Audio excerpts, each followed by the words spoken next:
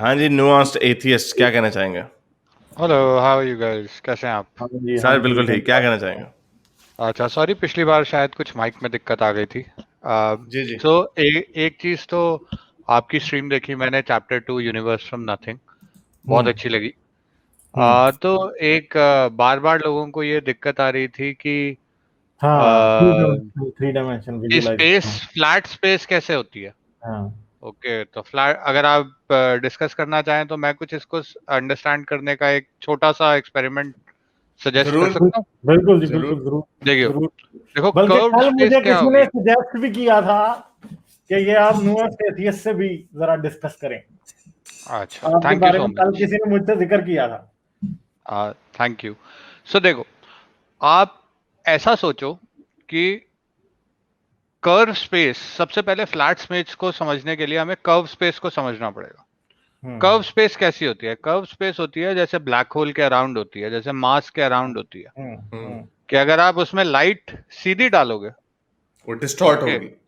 तो light always travels through space. जैसे हम्म। Space curve हो रही है वैसे ही लाइट कर्व हो रही है, तो वो डिस्टॉर्टेड नजर आएगी हमें। तो वो डिस्टॉर्टेड नजर आएगी। लेकिन जब हम देखते हैं कि मास वाले ऑब्जेक्ट से दूर, जब हम लाइट को एक पॉइंट से दूसरे पॉइंट की तरफ प्रोजेक्ट करते हैं तो वो हम्म। डिस्टॉर्ट नहीं होती। तो इसका मतलब स्पेस जो है वो फ्लैट है। आ ओके, दूसरा एक और तरीका है ये सोचने का कि जैसे वो अर्थ नहीं, वाला एक्सपेरिमेंट। एक सेकंड, वेरी वेरी क्विकली। ये तो आप फिर फैब्रिक ऑफ स्पेस टाइम की बात नहीं कर रहे, तो आप हमें ये बता रहे हैं कि जब हम फ्लैट अर्थ की बात करते हैं, कर्व्ड स्पेस की बात करते हैं, तो हम उसकी उस चीज की बात नहीं कर रहे कि अगर हम if we went outside the universe और हम उसको हम्म यूनिवर्स को देखेंगे तो वो हमें उसकी वो छवि नजर नहीं आएगी, बल्कि यानी उसकी अरेंजमेंट नहीं नजर आएगी कि स्टार्स गैलेक्सीज किस पोजीशन में पड़ी हुई, यानी ये गैलेक्सी इधर है, ये गैलेक्सी इधर है, ये गैलेक्सी इधर, देखो, ये राउंड हो गई।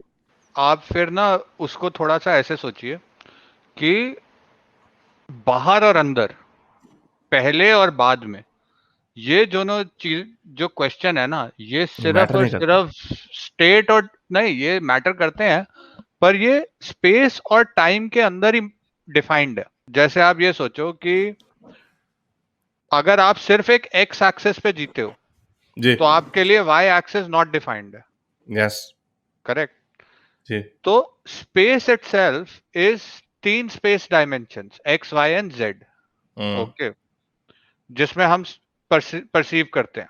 तो हम्म। एक्स वाई और जेड जितना एग्जिस्ट करता है वो सारा यूनिवर्स है। जब आप यूनिवर्स से बाहर जाने की बात कर रहे हो तो आप एक्चुअली एक फोर्थ डायमेंशन में जाने की बात कर रहे हो। यस। करेक्ट? हम्म। तो अब आप ऐसे इसको सोचो कि अगर पूरा यूनिवर्स 2D होता, हम्म।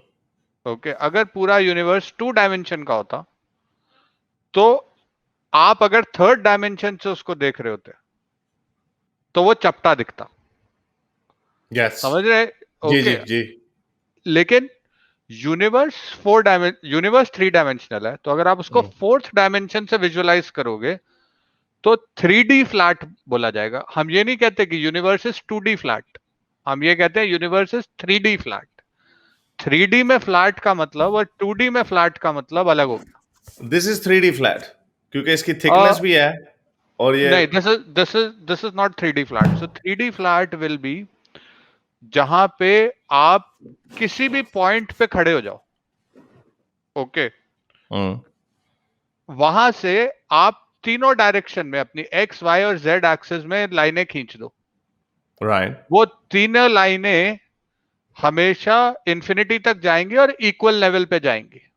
देखो जैसे, या ठीक है, जैसे अगर आप right, two I D think get plane that. में अगर 2D प्लेन में आप खड़े हो जाते हो, ओके, हम्म। तो उसमें एक फ्लैट पीस ऑफ पेपर जो कि इनफाइनाइट डायमेंशन का है, उसमें दोनों डायमेंशन हमेशा इक्वल है, तो वो 2D फ्लैट हुआ।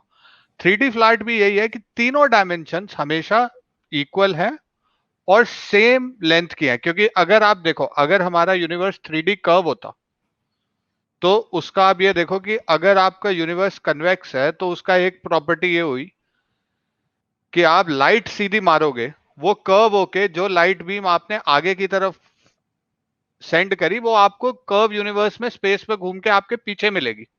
तो वो उसमें एक पॉइंट था ना, ये एक असम्पशन थी ना कि when you look far enough you can see the back of your, exactly, लेकिन ऐसा नहीं होता, ठीक है।